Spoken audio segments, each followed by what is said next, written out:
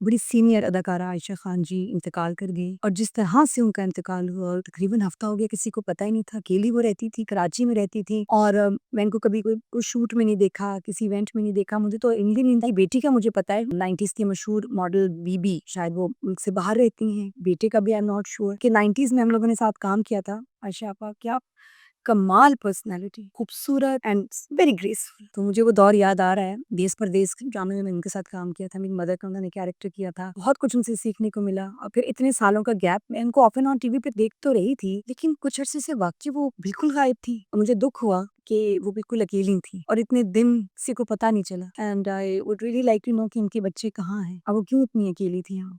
और मुझे लगता है हमें अपने सीनियर एक्टर्स का नाम, उनका इल्म रखना चाहिए। उनके ऊपर कोई ना कोई चेक आफ्टर सर्टेन एज हमें रखना चाहिए। कहीं कोई तो अदारा होना चाहिए जो इन सीनियर एक्टर्स को कॉल करे, चेक करे, इनकी खैरियत दरियाफ्त करे। ऐसा कुछ सिलसिला ही नहीं है हमारे यहाँ। इतना बड़ा मीडिया है, हमारे सीनियर्स के ऊपर क्या कुछ गुजर जाती है हमें पता ही नहीं होता।